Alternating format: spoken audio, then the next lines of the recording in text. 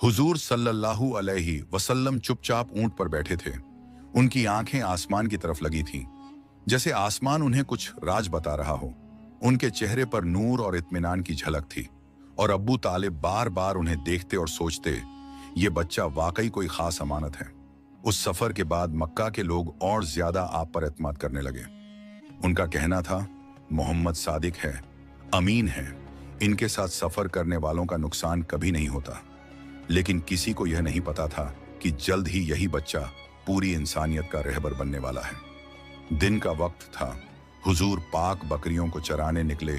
मक्का की पत्थरीली पहाड़ियों पर हुजूर सल्लल्लाहु अलैहि वसल्लम बकरियां चराते। लेकिन हैरान होने की बात यह थी कि बकरियों का झुंड कभी बिखरता नहीं।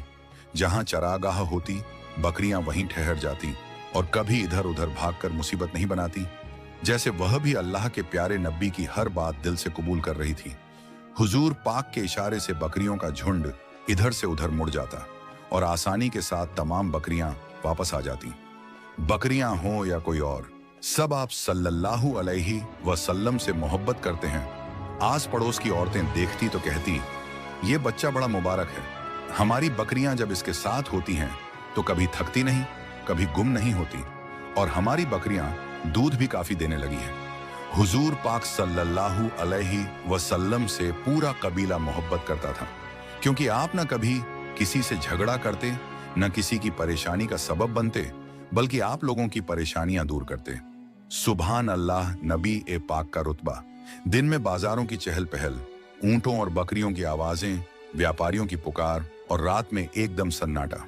लेकिन उस सन्नाटे में भी एक अजीब बेचैनी छुपी थी। हर सुबह लोग काबे के पास जाकर लकड़ी या पत्थर के बने बूतों के सामने सिर झुकाते, कोई सफर की दुआ मांगता, कोई रोजी की, कोई औलाद की।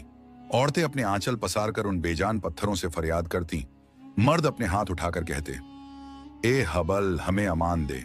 मगर उन बूतों की तरफ से कोई जवाब ना आता, सिर्फ खामोशी, सिर्फ पत्थरों का बोझिल सन्नाटा। उसी माहौल में नन्हे मोहम्मद सल्लल्लाहु अलैहि वसल्लम का बचपन पल रहा था। वो खेलों में भी दूसरों से जुदा थे। उनके चेहरे पर हमेशा नूर और आंखों में एक अजीब सी गहराई, ऐसा लगता मानो वो किसी और ही दुनिया की बातें सोचते हों। जब सब सो जाते, हजरत मोहम्मद अकेले बाहर निकल आते। उनका चेहरा आसमान की तरफ उठ जाता। वो लम्हे बेहद प्यारे और अजीब थे। आसमान में तारे ऐसे चमकते जैसे बिखरे हुए हीरे, मगर हुजूर सल्लल्लाहु अलैहि वसल्लम उन तारों को देखकर भी कुछ तलाश करते। वो चुपचाप आसमान की तरफ देखते रहते। बने रहे।